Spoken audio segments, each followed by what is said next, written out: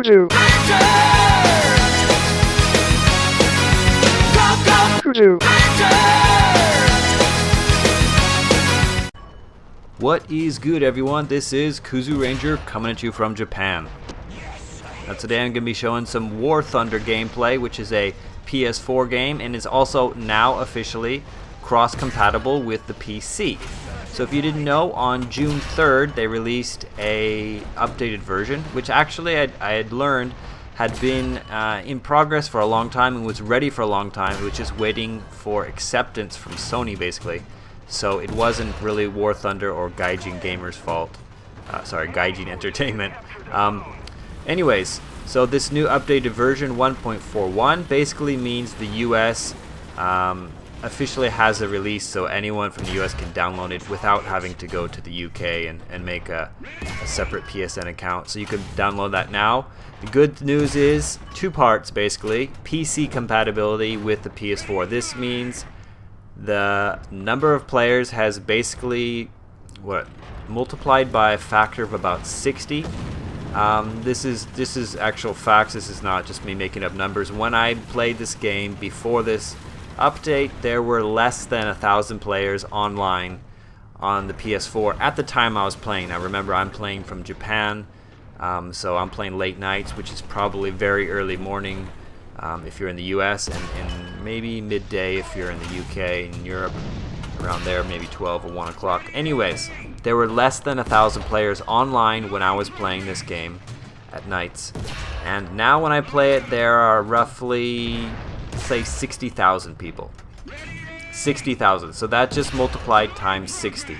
And this is great news because it means, yes, in one way, it's harder to play against PC players because you have a mouse and keyboard, but at the same time, having full lobbies, being able to get into games quicker, having more opponents, having more people to meet and beast on or lose to, however you see it, it's always a good thing. One of my main concerns with trying games that are not, let's say, are not AAA games. That doesn't mean anything about the quality of the game.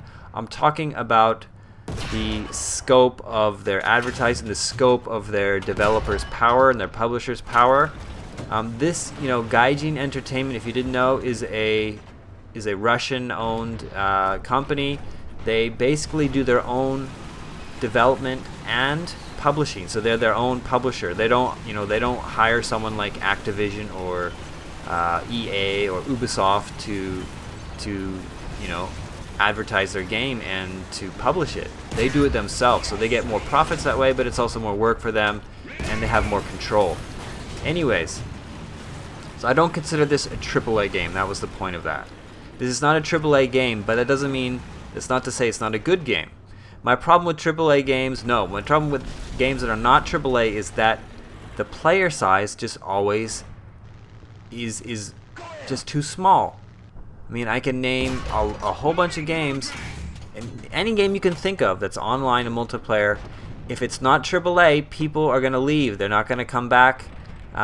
Maybe they will. They stay, but it's not filling up lobbies. I can't stand playing in games that I really enjoy, that I really want to love, that I really want to devote to, and I really want to support.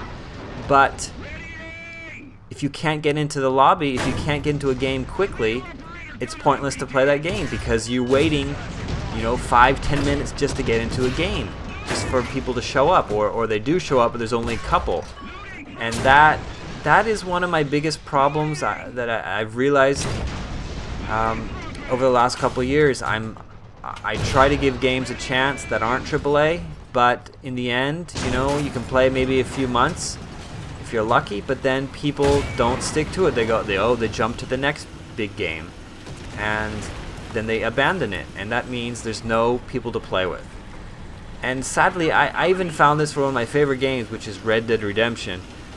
I joined that game really late, really late, and I enjoyed it so much, but by the time I joined it, there just weren't people playing it. I mean, it was near the end, and then a couple months later, just no one played it. I was honestly getting into lobbies, and there was one person, if I was lucky, joining, but most of the time it was just myself.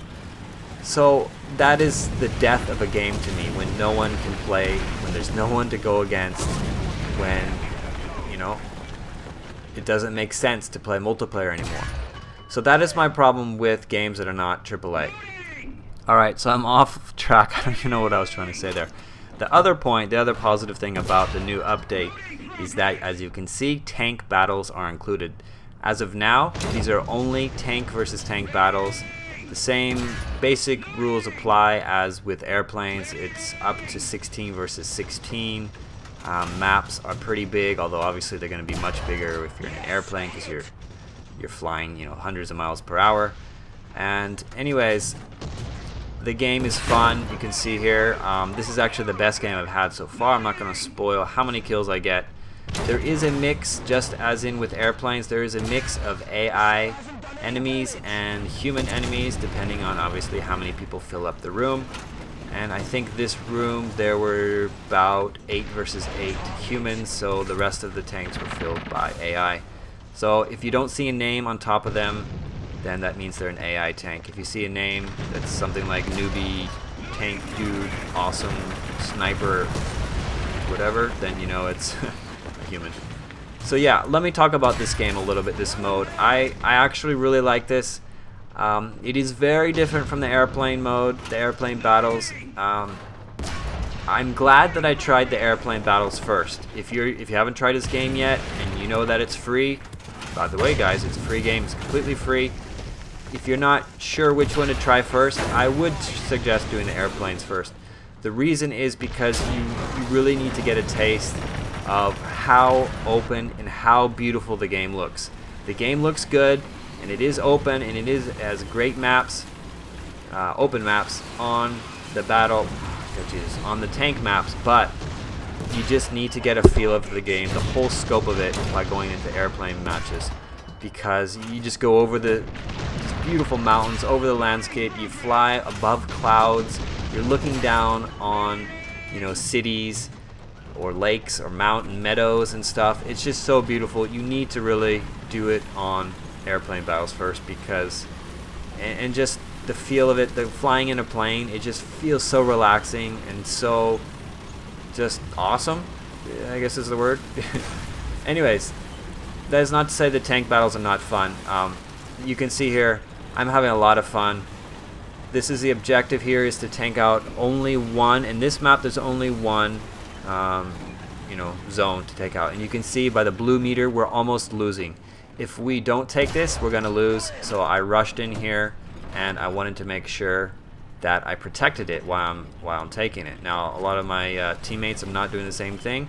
You know, you can't actually, it doesn't seem like you can use a mic to communicate to people unless they're already in your squad, which is one little negative thing. And so I kind of went on the initiative here, went out assertive, and I'm getting all these kills as well from these guys that are trying to come in and retake their objective. You can see the meter is now filling up. It looks like a little watch under the very top bar, and you can see it's about halfway there now. So it takes a really long time to take that and finally get one more guy, one more teammate in here. But tank battles are really fun because it's a mixture of two things that I really like. This is actually third person, but once you go into your aiming, you know, your scopes, it's first person view. So you get this is like a first person shooter to me, even though you're controlling it like right now by third person view. So it's a first person tank battle almost. Here you go, first person. I almost never shoot, you know, basically hip fire without going into scope view, although you can. I do that if someone's right in front of you and you have no time, but basically I always scope it like this. The other reason I really love this game is because you can zoom, because you're basically sniping all the time. You can see there's a guy in the distance. Well, if there's a guy in the distance, you're not going to shoot from the hip like I am right now. I'm just kind of aiming. You've got to go into scope view, and then from there you can even zoom further in. And I love that. I love that this is basically a first-person tank battle sniping game. People don't really think about that, but to me this is a sniping game. And I know that sounds odd. What? This is a tank game, but right here I'm in scope view, and okay, this guy's pretty close, so I'm not actually zooming in closer, and you can see I took him out with like 2 shots. but the game is just so fun. It suits my taste.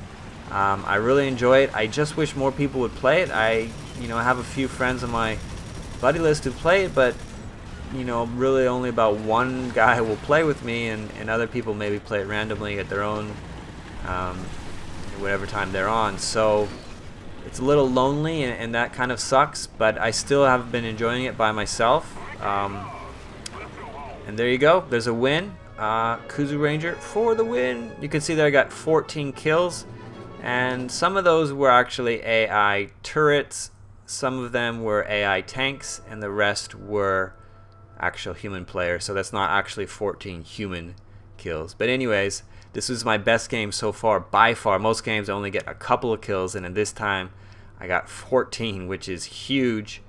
Anyways, I urge you to try out this game. Try out both tanks and airplane battles. See how you like it. It's free, guys. It's free. This has been Kuzu Ranger. Thanks for watching, guys. Bye.